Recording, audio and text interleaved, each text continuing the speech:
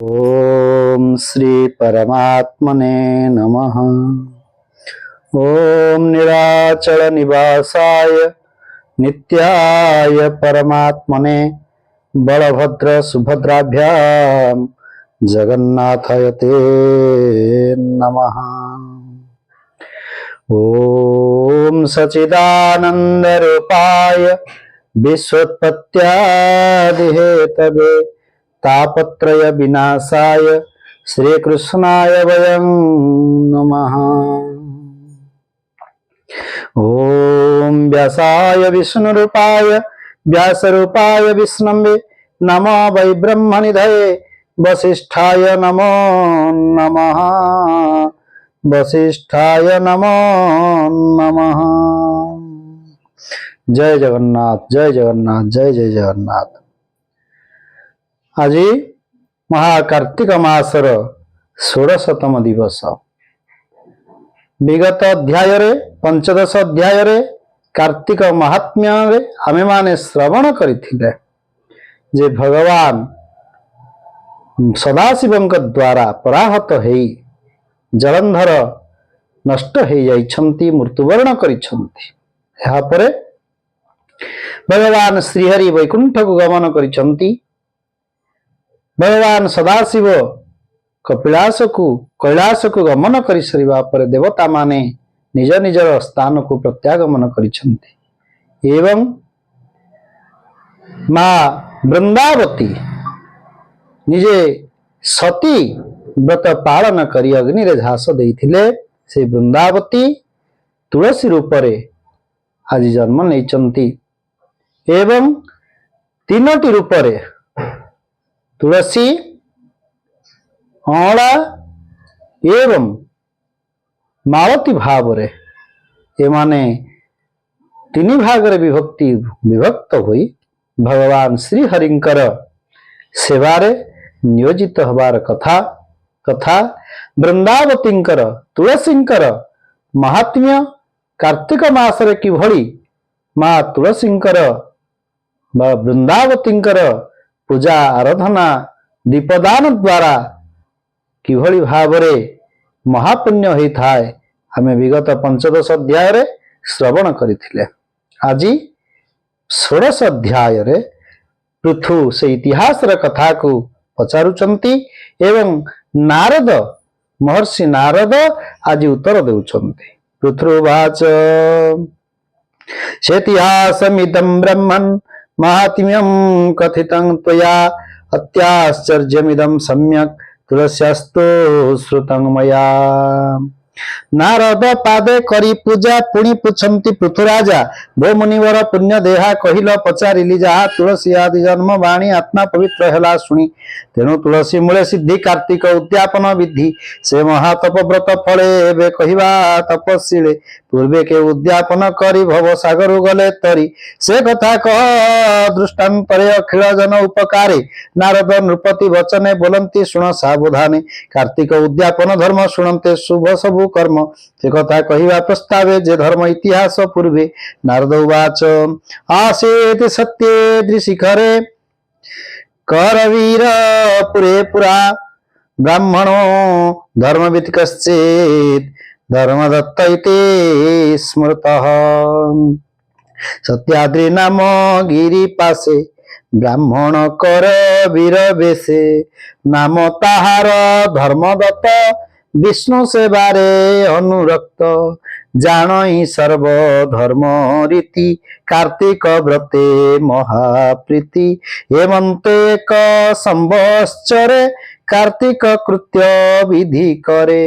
समास संपूर्ण उद्यापन सारिल जावत विधान हेमंत निशी अवशेषे नृसिंह दर्शन आसे ब्राह्मण नित्य कर्म सारी करे उदक पात्र धरी से जले विस्तृत तुलसी मुखे गोविंद नाम घोषी पथे चालई द्विजवर स्वभावे गिरी भयंकर नृसिंह रूपी नर हरे जहि अछंती विजय करी विप्रगमयी सेई मार्गे एक पिशाची आसिबेगे पथ निरोधी अच्छी रही द्विज कातर ताकू चाहि स्वभावे भयंकर मूर्ति लंबोष्ट वक्रदंत पंथी उलग्न मुकुलित केश कराल मुख शुष्क मांस अति दुर्बल कलेवर अस्थि जड़ित चर्म शिर रक्त नयन दीर्घध्वनि जिह्वारे जळु अछि बह्नि चिमणि प्राय पक्षी प्राय स्तन दुर्गंध नासिका पवन शरीर धूम्र वर्ण दिशि विप्रंकु ओगाळिला आसी ताहांकु देखि धर्मदत्त हस्ते जे थिला तंबा पात्र तुलसी जल सहित रे फिंगिला पिशाची उपरे अंगे पड़िला तार जाई पिशाची दिव्य रूप होई ब्राह्मण आगे हेला उभा चंद्रमा प्राय मुख शोभा कांचन प्राय तनु गोरी जसने स्वर्ग विद्या धरी अमूल्य अलंकार वास गंध चंदन जाति पुष्प सुंदरी शरीरे भूषण ता देखि आश्चर्य ब्राह्मण मनरे भय नाही किछि युवती मुख चाहि पुछे हे रूपवती की कारणे रूप अंतर एही क्षणे अइलु जे रूप धरी से रूप देखी भय करी तते फिंगिली जलपात्र तेणु सुंदर तोर गात्र कहे किस विपरीत पूर्वे तू कलु केउ कृत्य कि जन्म लभिलु तू काहि कि दोषे पाप तनु बही घोर गहन मार्गे गलु एबे कि भावे निस्तरिलु तू ଏହା कह परमाणी मोर संशय जाऊ शुणी ये प्रश्न शुणी से सुंदरी विप्रंकु नमस्कार करी बोलई शुण द्विजवर ए जे अर्जिला कर्म मोर कही विष्णु विप्रश्रेष्ठ पूर्वे जे नगर सौराष्ट्र से देशे विष्णु भिक्षु नामे द्विज वंचई गृह धर्मे मुहि से द्विजर घरणी कलहा नामेण ब्राह्मणी मु पापी जेमंत दुर्मति स्वामी रे होइली अप्रीति जहा लई मोर नाहा मु सुख नमणई ताहा संजोगे नदी अन्न कहई निष्ठुर वचन गृहे जे भल द्रव्य थाई मु ताहा भुंजई लुचाई मो तहु उबुरई जहा चुली रे निवेशई ताहा स्वामी जहि कि मन करे मु ताहा न कर न रखई घरे स्वामी पूछिले करे कली ए तार वचन मोर सली ये मंते गला केते दिन मोरे भाजिला स्वामी मन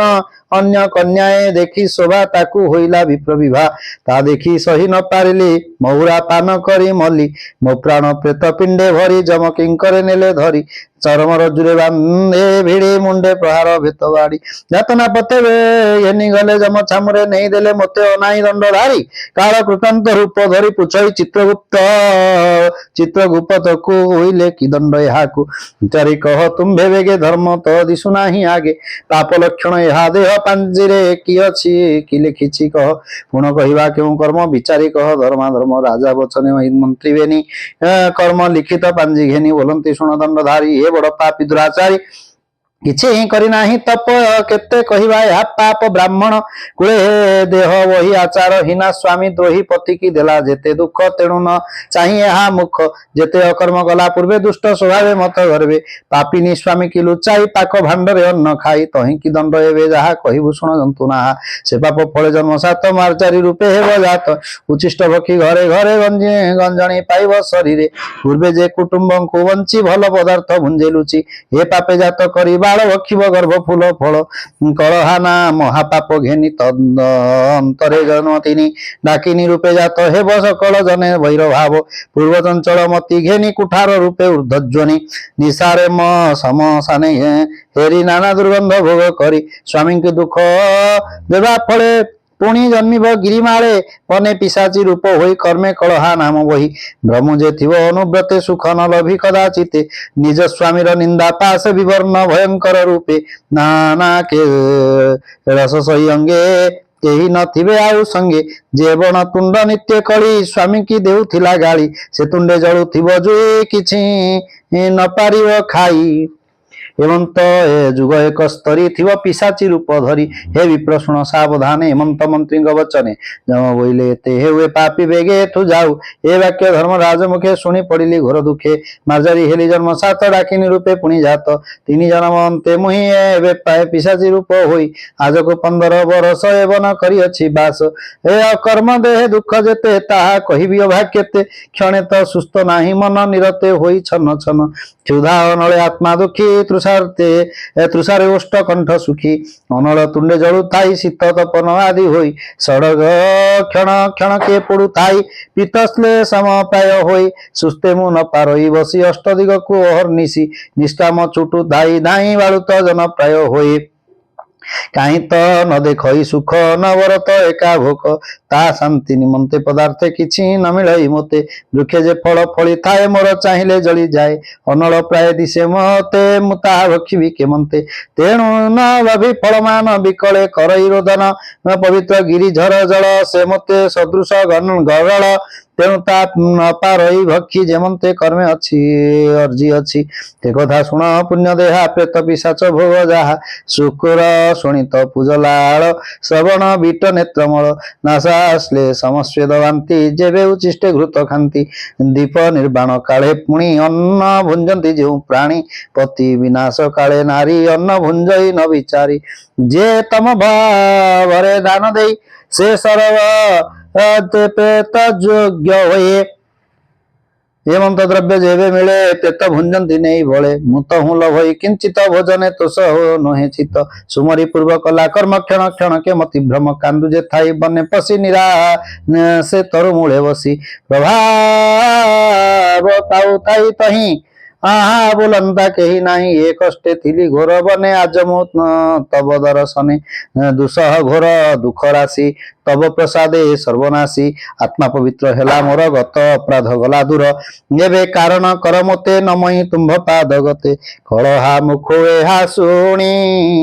ବ୍ରାହ୍ମଣ ମନେ ମନେ ଗୁଣି ପାଷାଣ ମୂର୍ତ୍ତି ପ୍ରାୟ ହୋଇ ମୌନେ ବିଷ୍ଣୁ ରୂପ ଧ୍ୟାଇ ଗୋବିନ୍ଦ ସୁମରଇ ମନେ ରାଜନ ଶୁଣ ସାବଧାନେ ଅଧମ ମହାଦେବ ଦାସ ଏକଥା ଶୁଣି ମହାତୋଷ ଗୋବିନ୍ଦ ନାମ ଚିନ୍ତି ହୃଦେ ଶରଣ ଗଲା ପଦ୍ମ ପାଦେ ଅଜ୍ଞାନ ସ୍ତ୍ରୀଙ୍କର ହିତେ ପଦ୍ମ ପୁରାଣ ଅର୍ଥ ଗୀତେ ଜଗତେ କଲି ପରକାଶ ସୁଜନେ ନଘେ ନିବ ଦୋଷ ସୁଜନେ ନଘେ ନିବ ଦୋଷ ସୁଜନେ नघे निबदोष इति श्री पद्म पुराणे उत्तराखंडे कार्तिक महात्म्ये कलहागत जन्म कर्म कथने नाम षोडशोऽध्यायः हिमस्यापि रणिभंग मुनिरपिमति भ्रम यदि शुद्धं वसुदं वा मम दोष न विद्यते ओम श्री कृष्णार्पणमस्तु श्री राधा कृष्णार्पणमस्तु जय जय जगन्नाथ हरि ओम तत्सत्।